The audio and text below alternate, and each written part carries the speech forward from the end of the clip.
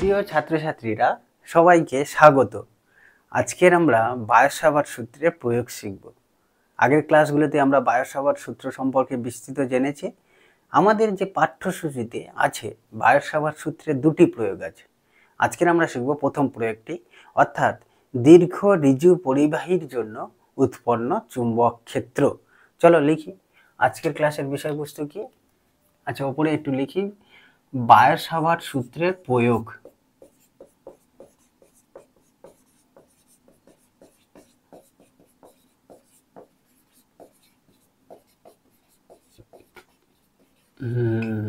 প্রয়োগ শিখবো, তাই তো? দুটি প্রয়োগ আছে, আমরা প্রথমে শিখবো কি, এ দিয়ে লিখি। প্রথম প্রয়োগটা হচ্ছে দীর্ঘ ঋজু পরিবাহীর জন্য, দীর্ঘ আবার ঋজু, দীর্ঘ ঋজু পরিবাহীর জন্য উৎপন্ন চুম্বক ক্ষেত্র। বাপরে বাপ, কত বড় লেখা! একটুখানি এরকম করে দিই, কেমন? এই যে দীর্ঘ ঋজু পরিবাহী, তাই তো? এরকম একটি তার, পরিবাহী তার, এর মধ্যে দিয়ে তড়িৎ প্রবাহ গেলে কি হবে? এর চারপাশে চুম্বক ক্ষেত্র হবে। আমরা জেনে ফেলেছি ওরস্টুডের পরীক্ষা বায়স-সাভার্ট সূত্র থেকে আমরা জানি যে এই পরিবাহীর মধ্যে দিয়ে বা এই তারের মধ্যে দিয়ে প্রবাহ গেলে এর চারপাশে চুম্বক ক্ষেত্র হয়। আমাদের এখন নির্ণয় করতে বলবে এই তারের মধ্যে দিয়ে প্রবাহ গেলে এর চারপাশে যে চুম্বক ক্ষেত্র উৎপন্ন হচ্ছে, কোনো একটি বিন্দুতে উৎপন্ন চুম্বক ক্ষেত্রের মান। ধরো এই তারের মধ্যে দিয়ে কারেন্ট বলে দেবে। কেমন বিষয়টি, ধরো এই একটি পরিবাহী তার, এই তো তারটি, নাম দি এবি, দীর্ঘ আর ঋজু। ঋজু মানে কি? ঋজু মানে হচ্ছে সোজা, স্ট্রেট, ইংরেজিতে সোজা পরিবাহী, তাই তো? এই তারের মধ্যে দিয়ে কারেন্ট গেলে, প্রবাহ গেলে কি হয়? চুম্বক ক্ষেত্র হবে। এই কোন একটি বিন্দুতে, ধরো বললো এম বিন্দুতে উৎপন্ন চুম্বক ক্ষেত্রের মান নির্ণয় করো। তোমাদের কি বলে দেবে? এই তারের মধ্যে দিয়ে কতটা কারেন্ট যাচ্ছে তার মান বলে দেবে। বোঝা গেল? আর কি বলে দেবে? আর এই তারটি থেকে এম বিন্দুর এই লম্ব দূরত্বটি বলে দেবে। ধরো, আচ্ছা, তারটিকে আর একটু বড় করে রাখি। এই হচ্ছে তার, আই তার ভেঙে যাচ্ছে কেন?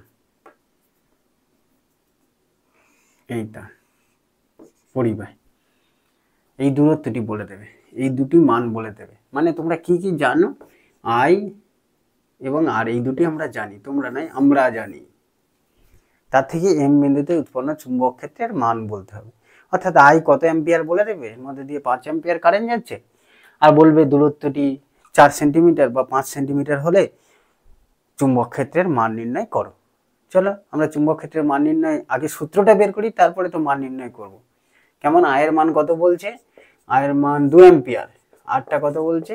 4 সেন্টিমিটার। আচ্ছা, লেখা দেখা যাচ্ছে কি? দেখে নে। হ্যাঁ, দেখা যাচ্ছে। চুম্বক ক্ষেত্রের মান নির্ণয় করতে হবে। দেখো, আমরা এই চুম্বক ক্ষেত্রের মান নির্ণয় করার জন্য বায়স-সাভার্ট সূত্রের সাহায্য নেব। আগে আমরা রাশিমালাটা প্রতিষ্ঠা করি, তারপরে কত টেসলা চুম্বক ক্ষেত্র হবে সেটাও নির্ণয় করব। আগে রাশিমালাটা তো প্রতিষ্ঠা করি। তার জন্য কি করছি, এই এম বিন্দু থেকে এর উপর যে লম্ব টেনেছিলাম, যেটা ও এম, এটাই তো লম্ব দূরত্ব। আর আমরা এই ও বিন্দু থেকে এল দৈর্ঘ্য সরে যাচ্ছে, এল পরিমাণ দূরত্ব সরে গেল, ছোট হাতের এল পরিমাণ। ধরো এখান থেকে এই পর্যন্ত দূরত্ব হচ্ছে এল, এই দূরত্বটি কত হলো? এল হলো। এল দূরত্ব সরে গিয়ে একটি ক্ষুদ্র দৈর্ঘ্য ডিএল নিলাম। এখানটা একটা ক্ষুদ্র দৈর্ঘ্য নিচ্ছি, কত? ডিএল। এই যে দৈর্ঘ্যটুকুনি, এখান থেকে এইটুকুনি অংশের দৈর্ঘ্য কত? ডিএল। বোঝা গেল? তাহলে আমরা এল দূরত্ব সরে গিয়ে পরিবাহীর ওপর একটি ক্ষুদ্র দৈর্ঘ্য ডিএল নিলাম, আর ডিএল থেকে এম বিন্দুর দূরত্ব আমরা ধরছি কত? এক্স, তাই তো নাকি? ডিএল থেকে এম বিন্দু দূরত্ব কত ধরে নিলাম? এক্স। তাহলে আমরা কি করছি দেখো, লিখি পরিবাহীর মধ্যে দিয়ে, পরিবাহীর মধ্য দিয়ে প্রবাহ মাত্রা কত? প্রবাহ মাত্রা আই। কি করতে হবে? এম বিন্দুতে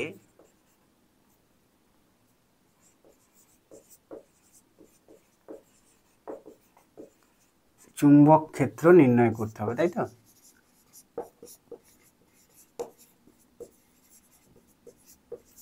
নির্ণয় করতে হবে। কি করছি? এম বিন্দু থেকে, এম বিন্দুতে নয়, কি লিখতে হবে? এম বিন্দু থেকে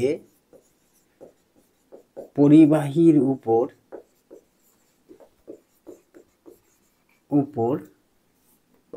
এমও লম্ব অঙ্কন করা হলো।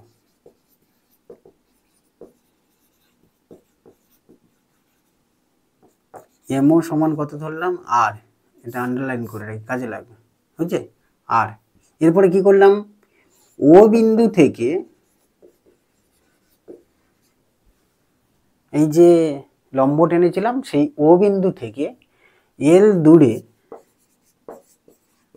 পরিবাহীর ওপর একটি ক্ষুদ্র দৈর্ঘ্য, পরিবাহীর উপর একটি ক্ষুদ্র দৈর্ঘ্য ডিএল নেওয়া হলো। এই যে এল দৈর্ঘ্যে পরিবাহীর উপর একটি ক্ষুদ্র দৈর্ঘ্য কি নিলাম? ডিএল। ডিএল থেকে এম বিন্দুর দূরত্ব কত? দূরত্ব এক্স ধরে নিয়েছি, তাই তো নাকি? দেখো বুঝতে পারলে কিনা? ডিএল থেকে এম বিন্দুর দূরত্ব কত? এক্স। এবার আমরা বায়ো-সাভার্ট সূত্র প্রয়োগ করব। কি করে? বায়ো-সাভার্ট সূত্র থেকে আমরা জানি ডিএল অংশের জন্য এম বিন্দুতে উৎপন্ন চুম্বক ক্ষেত্র কত হবে? বায়ো-সাভার্ট সূত্র থেকে, বায়ো-সাভার্ট সূত্র থেকে কি জানি? সূত্র থেকে পাই, কি পাই? ডিএল অংশের জন্য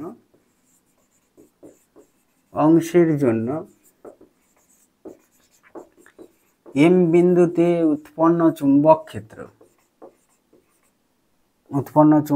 কত হচ্ছে দেখো? চুম্বক ক্ষেত্র ডিবি যদি লিখি, ডিবির মান কত হবে? বায়ো এবং সার্ভার দুজনে মিলে পরীক্ষা করে কি বলেছিলেন আমরা সেগুলো সব শিখেছিলাম, সেগুলোই লিখব। ডিবি সমান হয় μ0/4 কত? আই ডিএল সাইন, ও কোনটা কত জানি না তো, সাইন থাক, কোন বসাচ্ছি জিজ্ঞাসা চিহ্ন থাকে, বাই দূরত্বের স্কোয়ার। কার? এই ডিএল থেকে এম বিন্দুর দূরত্ব এক্স, তাই আমরা এক্স স্কোয়ার বসালাম। I DL. আচ্ছা, এখানে কোনটা কোনটা হয় মনে আছে? আমরা শিখেছিলাম কোন হচ্ছে কি কোনটা ছিল? আইডিএল এবং এক্স এর মধ্যবর্তী কোণ, বা ডিএল এর সাপেক্ষে এম বিন্দুর এই যে অবস্থান ভেক্টর এবং আইডিএল এর মধ্যবর্তী কোণ। এখানে আইডিএল এর অভিমুখ কোন দিকে হবে? তারটি রিজু হওয়ার জন্য, স্ট্রেট হওয়ার জন্য আইডিএল এর অভিমুখ ওই এ বিন্দুর দিকে হবে, এদিকে, আর এম বিন্দুর অবস্থান ভেক্টরও এদিকে হচ্ছে, ফলে মধ্যবর্তী কোণ এটি হবে। এটিকে আমি ধরো আলফা লিখলাম। সূত্রে লেখা ছিল থিটা, আমি এখানে আলফা ধরলাম, অসুবিধা কিছু নেই। তাই আমরা এটা কি লিখছি? Sine alpha. দেখো বুঝতে পারলে কিনা? সবকটি রাশিমালা, যেটা আমরা বায়ো-সাভার্ট সূত্র থেকে জেনেছিলাম। এখন সমগ্র পরিবাহীর জন্য এম বিন্দুতে উৎপন্ন চুম্বক ক্ষেত্র নির্ণয় করতে গেলে কি করতে হবে? বলেছিলাম হয় সামেশন করব অথবা ইন্টিগ্রেশন। দেখি সমগ্র পরিবাহীর জন্য এম বিন্দুতে উৎপন্ন চুম্বক ক্ষেত্র, সমগ্র পরিবাহীর জন্য এম বিন্দুতে উৎপন্ন চুম্বক ক্ষেত্র কি আসবে? বি সমান লিখতে পারি, এই যে এটা ইন্টিগ্রেশন করছি, এই যে সমীকরণটি, কিরকম মতো দেখতে হয়ে গেল বা বক্সটা, তাই না? ইন্টিগ্রেশন কত? μ0/4 I dl sine alpha by কত? X square. এটার ইন্টিগ্রেশন করলে হয়ে যাবে। চলো ইন্টিগ্রেশনটা করি। ইন্টিগ্রেশনটা কি? হ্যাঁ, ইন্টিগ্রেশন করতে গেলে কি করতে হবে? ইন্টিগ্রেশন লিমিট বসাতে হবে, তাই তো? দেখো ইন্টিগ্রেশন লিমিট বসানোর জন্য কি করছে, এটা একটু মুছে দিই, দাঁড়া।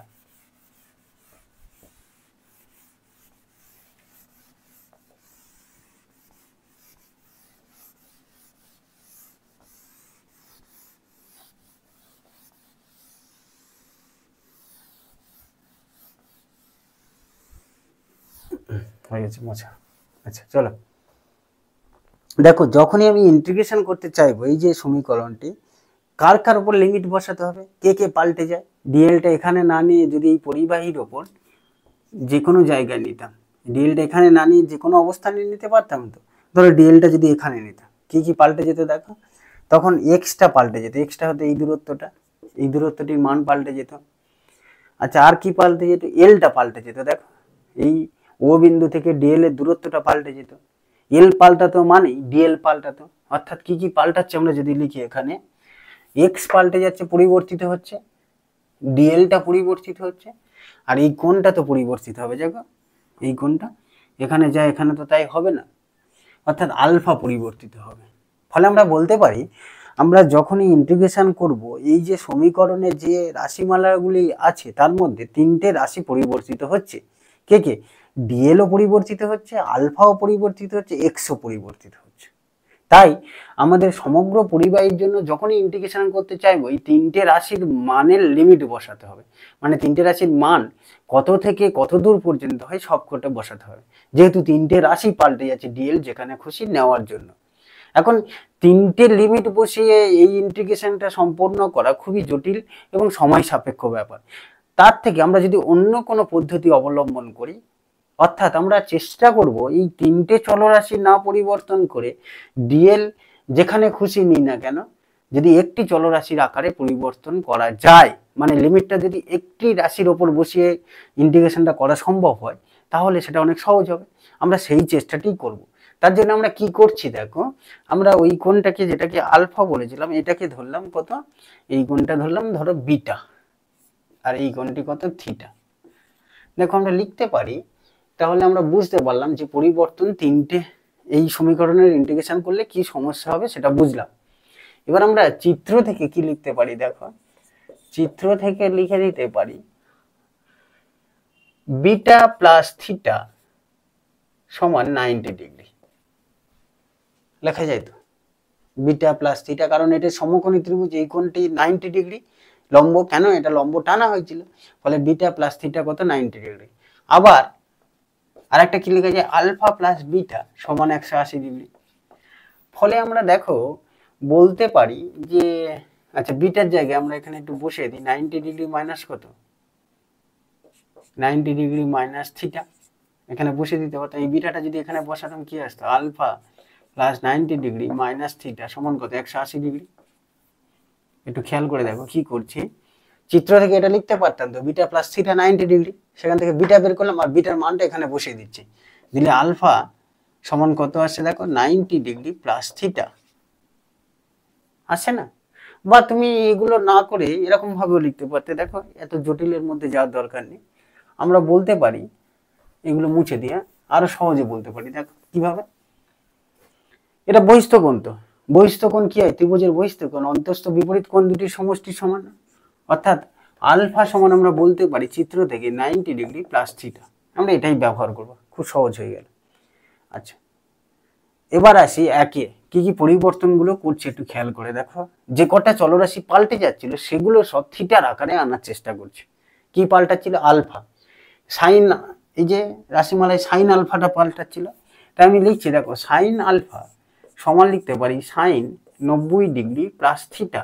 ফলে কি আসছে দেখো, এটা cos theta, sine 90 degree plus theta মানে কি, কস থিটা এলো। অর্থাৎ আমরা যেখানে সাইন আলফা ছিল সেই সমীকরণে সেই জায়গায় কস থিটা বসিয়ে দিতে পারি। 2 নম্বরে কি লিখতে পারি, 2 নম্বরে দেখো L by R, L by আর সমান ট্যান থিটা লেখা যায় কিনা ওই ছবি থেকে। ট্যান থিটা মানে কি, এটা থিটা হলে এটা লম্ব, এটা ভূমি, এটা অতিভুজ, এটা লম্ব, থিটার সামনের বাহু লম্ব, এটা ভূমি এবং এটা অতিভুজ, ফলে ট্যান থিটা সমান কি, লম্ব বাই ভূমি, মানে কত এল বাই আর, মানে এল সমান কত এলো, আর ট্যান থিটা, মানে কি এলো, মানে দেখো ডিএল সমান এলো r sec square theta d theta, derivative করে দিল। আর এর ডেরিভেটিভ হলো না কেন, আরটা তো কনস্ট্যান্ট, এটি পাল্টাবে না। ডিএল তুমি যেখানে খুশি নাও, এই লম্ব দূরত্বের মান তো পরিবর্তিত হবে না, তাই আরটা আর থেকে গেল 2 নম্বর। আর 3 নম্বরে কি দেখো, তিনটে বুঝতে পারলাম, প্রথমটা দ্বিতীয়টা নিশ্চয়ই বোঝা গেল। আর একটা কি পাল্টে যাচ্ছিল, এক্স। আচ্ছা এই চিত্র থেকে আমরা এক্স cos থিটা সমান কি লিখতে পারি? cos থিটা মানে ভূমি বাই অতিভুজ, তাই তো? মানে এটা লম্ব, এটা ভূমি, এটা অতিভুজ। তাহলে cos থিটা সমান ভূমি বাই অতিভুজ আর বাই এক্স লেখা যায় তো এই যে ত্রিভুজটা থেকে। এটা থিটা যদি ধরি, সামনের বাহুটা লম্ব, সমকোণের সামনের বাহুটা অতিভুজ, এটা ভূমি, ফলে cos থিটা সমান কি হলো? ভূমি বাই অতিভুজ আর বাই এক্স, মানে এক্স সমান এলো কত? আর বাই cos থিটা, মানে এক্স সমান কত? আর sec থিটা। আচ্ছা, এগুলো কেন পরিবর্তন করলাম? একটু আগে লিখেছিলাম যে ডিএলটা আমরা যেখানে নিই, যদি পরিবাহীর ওপর যেখানে খুশি নিই, এই তিনটেই রাশি পরিবর্তিত হচ্ছিল। কোনটা কোনটা দেখো খেয়াল করে। আলফা পাল্টে যাচ্ছিল, তাই সাইন আলফাটাকে থিটার আকারে নিলাম। ডিএল এল পাল্টাচ্ছিল বলে ডিএল পরিবর্তিত হচ্ছিল, তাই ডিএলটাকে থিটার আকারে নিলাম। আবার এক্সটাকেও থিটার আকারে নিলাম। সব কটিকে থিটার আকারে পরিবর্তন করলাম। ফলে আমরা যদি এই যে সাইন আলফার মান, ডিএল এর মান, এক্স এর মান এই সমীকরণে বসিয়ে দিই, কি আসছে দেখো। বসিয়ে দিলে বি সমান আসছে, দাঁড়াও বসিয়ে দিই, বি সমান আসছে ইন্টিগ্রেশন মিউ 0/4 আই ডিএল এর জায়গায় কত বসাবো? R sec square theta d theta হলো। সাইন আলফার জায়গায় কত বসাবো? Cos theta. আর এক্স এর জায়গায় কত বসাবো? আর স্কোয়ার সিক্স স্কোয়ার থিটা। দেখো বসিয়ে দিলে সুবিধা কি হবে দেখো, একটু কাটাকুটি করলেই দেখতে পাবে বি সমান হলো ইন্টিগ্রেশন মিউ 0/4 আর স্কোয়ার সিক্স স্কোয়ার থিটা কেটে যাচ্ছে, একটা আর থাকছে তলায়, মানে আই বাই আর থাকছে, আর কস থিটা ডি থিটা থাকছে। দেখো মানে এই যে সমীকরণটি এই আকারে পরিবর্তিত হলো। সুবিধা কি হলো এবার দেখো, এই এই সমীকরণটি এই আকারে পরিবর্তিত করার ফলে আমরা যদি ডিএলটি যেখানে খুশি নিই না কেন, শুধু দেখো থিটাটা পাল্টে যাবে। থিটা মানে এই কোণটা, যেমন ডিএলটা এখানে না নিয়ে যদি এখানে নিতাম, দেখো এই কোণটা কেবলমাত্র পরিবর্তিত হবে। আর এই রাশিমালা যেগুলো আছে কোনোটাই পাল্টাবে না। কেন? কারণ মিউ 0/4 ধ্রুবক, আর আইটা তো তারের মধ্যে দিয়ে কতটা কারেন্ট যাচ্ছে, আয়ের মান মানে কি তারের মধ্যে দিয়ে কতটা কারেন্ট যাচ্ছে সেটাও ধ্রুবক, আর আরটাও ধ্রুবক, কারণ লম্ব দূরত্বের মান পরিবর্তিত হয় না। একটু আগেই এই কথাটাই বলছিলাম। কি বলছিলাম? যে এই জায়গাটায় ইন্টিগ্রেশন করতে গেলে আমাদের চারটে চলরাশির উপর, এই চারটে নয় ভুল বলছি, কটি? তিনটি চলরাশির উপর, কার কারে? আলফা, এল এবং এক্স এর তিনটি চলরাশির উপর লিমিট বসাতে হচ্ছিল। কিন্তু এই সমীকরণে যখন আমরা ইন্টিগ্রেশন করব, কেবলমাত্র একটি চলরাশির উপর লিমিট বসালে হবে, এই থিটা, বাকিগুলো কনস্ট্যান্ট। তাই আমরা এই সমীকরণটিকে এই আকারে পরিবর্তিত করলাম। আশা করি বুঝতে পেরেছ। এবার আমরা সমগ্র পরিবাহীর জন্য বের করে ফেলবো। দেখো সমগ্র পরিবাহীর জন্য বের করাটাই এবার আমাদের পক্ষে খুবই সুবিধাজনক হবে। কিভাবে থিটার আকারে পরিবর্তন করলাম আশা করি বোঝা গিয়েছে। খুব ভালো কিন্তু এটা। তাহলে সমগ্র পরিবাহীর ক্ষেত্রে কি লিখতে পারি? পরিবাহীর ক্ষেত্রে কি লেখা যায় বলো তো? বি সমান integration mu 0/4 I by R cos theta d theta. এখানে ইন্টিগ্রেশন লিমিটটা কত হবে থিটার? আর দেখো থিটা বসাতে ভুলে গেছে, cos theta d theta. Integration limit, থিটার লিমিট কতটা হবে? সর্বোচ্চ এবং সর্বনিম্ন নিতে হবে। অর্থাৎ আমি ডিএলটাকে কি করব জানো, একবার একদম এই উপরের প্রান্তে নেব, নিয়ে দেখব ডিএলটা যখন এখানে নিচ্ছি, দাঁড়াও, ডিএলটা যখন এখানে নিচ্ছি তখন এই ডিএল এর সাপেক্ষে এম বিন্দুর অবস্থান ভেক্টরটা এই যে কোণ করছে সেটা একবার নেব, সেটাকে ধরো θ2 লিখলাম। ওটাই তো সবচেয়ে বেশি কোণ, কারণ ওর পরে তার পরিবাহী দৈর্ঘ্য নেই, মানে ওর পরে তুমি ডিএল অংশ নিতে পারবে না। তাহলে এই বিন্দুতে নিলে কত কোণ করছে, আবার একবার এই প্রান্তে নেব, এই প্রান্তে নিলে যে কোণটা তৈরি করছে মানে এই কোণটা, এটাকে আমরা কি বলবো? -θ1। কেন θ1 না বলে মাইনাস বললাম? এটা যেহেতু মূল বিন্দুর নিচে আছে তাই মাইনাস ধরছি, ওটা মূল বিন্দুর ওপরে আছে তাই প্লাস ধরছি। বা এটা ঘড়ির কাঁটার দিকে বলে কি ধরলাম? প্লাস। এটা ঘড়ির কাঁটার বিপরীত দিকে বলে মাইনাস ধরলাম। ফলে আমরা লিমিটটা কি করব দেখো, -θ1 থেকে θ2 পর্যন্ত লিমিট বসাবো। বসালেই হয়ে যাবে। বা তোমাদের যখন দৈর্ঘ্য দিয়ে দেবে তখন এখানে কত ডিগ্রি এবং এখানে কত ডিগ্রি কোণ তৈরি করলো সেই দুটো বসালে হয়ে যেত। এই হচ্ছে সুবিধে, একটাই রাশির ওপর লিমিট বসালে চলে এলো, বাকিগুলি বাইরে চলে আসবে। দেখো পরের লাইনে যদি লিখি μ0/4 I/r বাইরে চলে এলো, ইন্টিগ্রেশন -θ1 থেকে θ2 cos θ dθ, মানে কত আসছে μ0/4 I/r cos θ ইন্টিগ্রেশন করলে -sin θ, না শুধু sin θ, sin θ θ1 থেকে θ2, মানে μ0/4 I/r আপার লিমিট sin θ2 sin θ1, মানে সরল করলে কি আসছে দেখো, b সমান আসছে μ0/4 I/r sin θ1 প্লাস sin θ2। এই এলো সমগ্র পরিবাহীর জন্য উৎপন্ন চুম্বক ক্ষেত্র। কোথায়? এম বিন্দুতে উৎপন্ন চুম্বক ক্ষেত্রের মান কোথা থেকে নির্ণয় করলাম? বায়ো-সাভার্ট সূত্র থেকে। এখানে দেখো প্রত্যেকটি রাশিমালা আমরা চিনতে পারছি কিনা। আই কি? μ0/4 এর মান জানি তো কত হবে, 10⁻⁻7। আইটা কি? আইটা তারের মধ্যে দিয়ে কতটা কারেন্ট যাচ্ছে, আরটা কি? এই লম্ব দূরত্ব, আর θ1 θ2 দুটো প্রান্তের কোণ বসিয়ে দিলে চলে আসবে চুম্বক ক্ষেত্রের মান। কিন্তু আমরা জানি চুম্বক ক্ষেত্র ভেক্টর রাশি, তার অভিমুখ কি করে নির্ণয় করব? চুম্বক ক্ষেত্রের এই যে তারের মধ্যে দিয়ে প্রবাহ গেলে এর চারপাশে উৎপন্ন চুম্বক ক্ষেত্রের মানটা পেলাম, কিন্তু কোনো একটি বিন্দুতে উৎপন্ন চুম্বক ক্ষেত্রের অভিমুখটা কি করে নির্ণয় করব? অভিমুখ নির্ণয় করাটা এবার একটু শিখব। দেখো দীর্ঘ ঋজু পরিবাহীর জন্য চুম্বক ক্ষেত্র নির্ণয় করতে পারলাম, তাই তো? এবার একটু আমরা শিখব কি,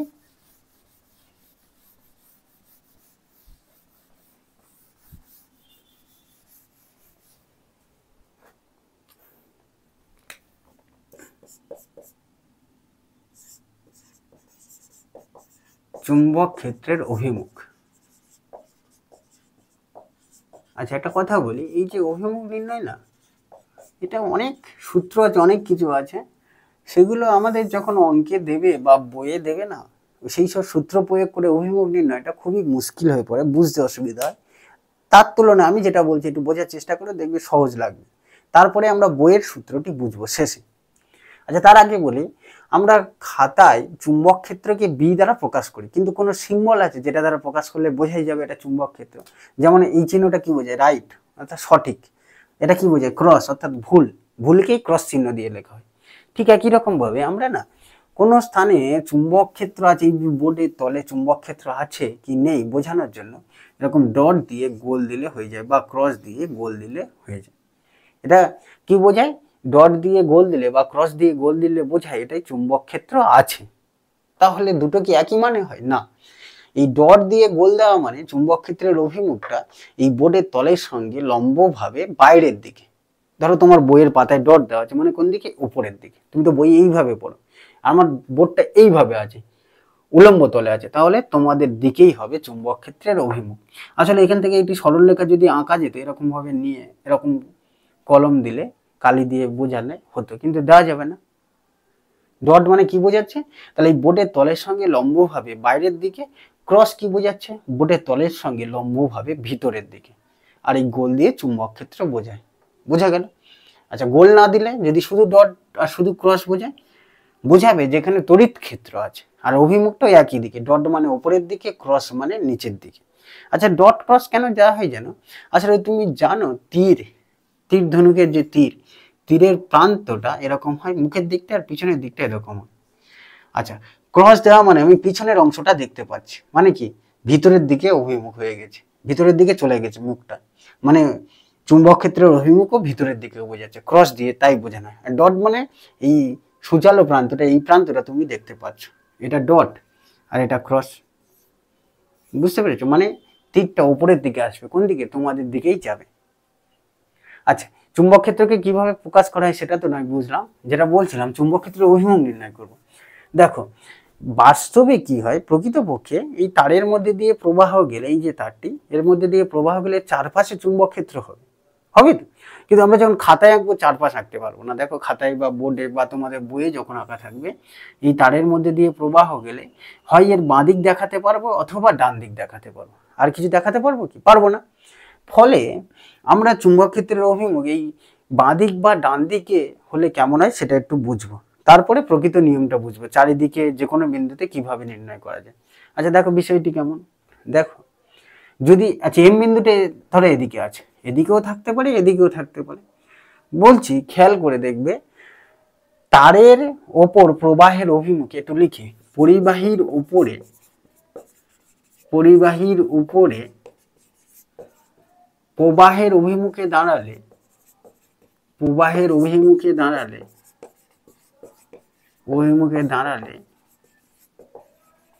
বিন্দুটি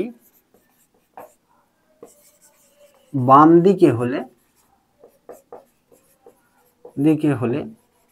চুম্বক ক্ষেত্র, আচ্ছা বাম দিক আর ডান দিকে আগে লিখি, বিন্দুটি ডান দিকে হলে কি হবে, ডান দিকে আন্ডারলাইন করছি, ডান দিকে হলে চুম্বক ক্ষেত্রের অভিমুখ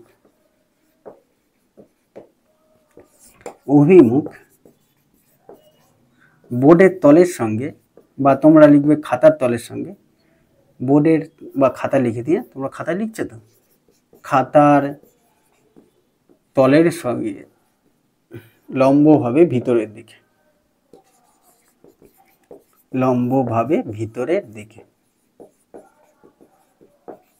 বুঝলে? মানে কোন দিকে হলো?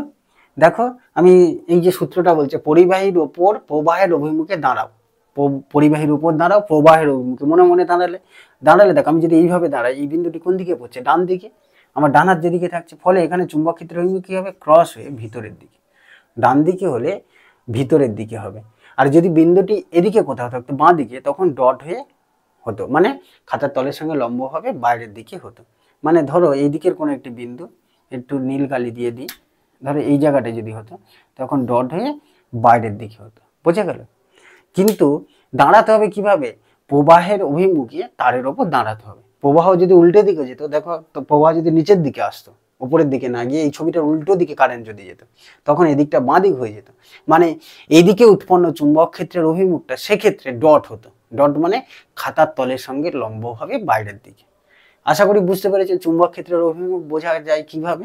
হ্যাঁ, যেটা প্রকৃত সূত্র এটা তো আমি বুঝলাম যে খাতায় বা বইয়ে দেওয়া থাকলে বা আমাদের প্রশ্নে দিলে কিভাবে অভিমুখ নির্ণয় করব, কিন্তু প্রকৃত যে অভিমুখ নির্ণয়ের সূত্র সেটি হলো মুষ্টিবদ্ধ নিয়মের সূত্র, ডান হাতের মুষ্টিবদ্ধ নিয়মের সূত্র। বিষয়টি কেমন?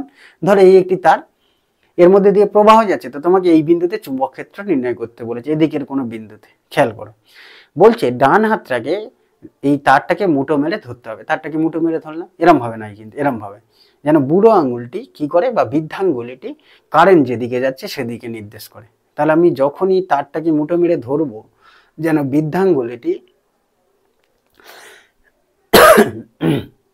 বৃদ্ধাঙ্গুলিটি কোন দিকে থাকে? কারেন্টের অভিমুখে থাকলো। তো এই বাকি আঙুলগুলোর অভিমুখ যেদিকে হবে, ওই বিন্দু দিয়ে চুম্বক ক্ষেত্রের অভিমুখটা সেদিকে হবে। বিষয়টি কেমন বুঝতে পারলাম না? তো দেখো আমি এই তারটিকে যখনই মুঠো মেরে ধরছি, কারেন্টের দিক নির্দেশ করছে। দেখো এই বিন্দুটি এখানে ছিল, তো এই বিন্দু দিয়ে আঙুলগুলো কোন দিকে যাচ্ছে? ভিতরের দিকে না? দেখো যেই মুঠো মেরে ধরতে চাইছে ভিতরের দিকে যাচ্ছে, তাই এখানে ক্রস হবে। আর এপারের কোনো বিন্দুর কথা ভাবো, এদিকের কোনো বিন্দু, দেখো যেই মুঠো মেরে ধরছে এই বিন্দুগুলো, এই আঙুলগুলো কি হচ্ছে? যেন বিন্দু ভেদ করে আমার দিকে আসতে চাইছে, মানে বাইরের দিকে আসতে চাইছে, উপরের দিকে, তাই এটা কি হবে? উপরের দিকে হবে। বোঝা গেল? এদিকটা ক্রস, এদিকটা ডট। বা তুমি এখানে যদি বিন্দু হতো একই রকম হয়, এই আঙুলের গতির দিকটাই হবে চুম্বক ক্ষেত্রের দিক, বাকি আঙুলগুলোর দিক। আর বুড়ো আঙুলটা অবশ্যই কারেন্টের দিক যেন নির্দেশ করে, বা এমনভাবে মুঠো মেরে ধরতে হবে ডান হাতটি যেন এটি কারেন্টের দিকেই থাকে। এখানে ভুল করে ফেলে, ডান হাতের কথা বলা হচ্ছে, বাঁ হাতের কথা নয়। বাঁ হাত মুঠো মেরে ধরলে হবে না, ডান হাতের মুষ্টিবদ্ধ নিয়ম।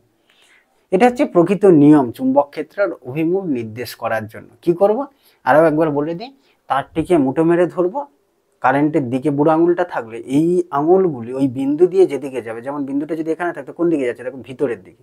আর যদি বিন্দুটা এদিকে থাকতো, দেখো বিন্দু দিয়ে বাইরের দিকে আসতো। আমার দিকে আসছে মানে কি? বাইরে, উপরের দিকে উঠছে, তো এটা মানে কি? ভিতরের দিক। বোঝা গেল? আমার সাপেক্ষে, তোমার সাপেক্ষে না। আমি দেখছি দেখো আমার থেকে দূরের দিকে সরছে, আমার দিকে আসছে, মানে উপরের দিকে। এইদিকে হলে ভিতরে যাচ্ছে। বুঝতে পারলাম? আর তোমরা যদি না বুঝতে পারো, এটা ডান দিক বাঁ দিক এইটা মনে রাখবে, কারণ খাতায় বইয়ে পরীক্ষার কোশ্চেনে সব এরকমই আকারে দেওয়া থাকবে। বোঝা গেল? তাহলে আমরা তারের মধ্যে দিয়ে উৎপন্ন চুম্বক ক্ষেত্রের মান এবং অভিমুখ নির্ণয় করলাম। এই যে দীর্ঘ পরিবাহী কেস করলাম, এর কয়েকটি বিশেষ ক্ষেত্র আছে, সেটি আমরা পরের ক্লাসে শিখব। তাহলে পরের ক্লাসে দেখা হচ্ছে।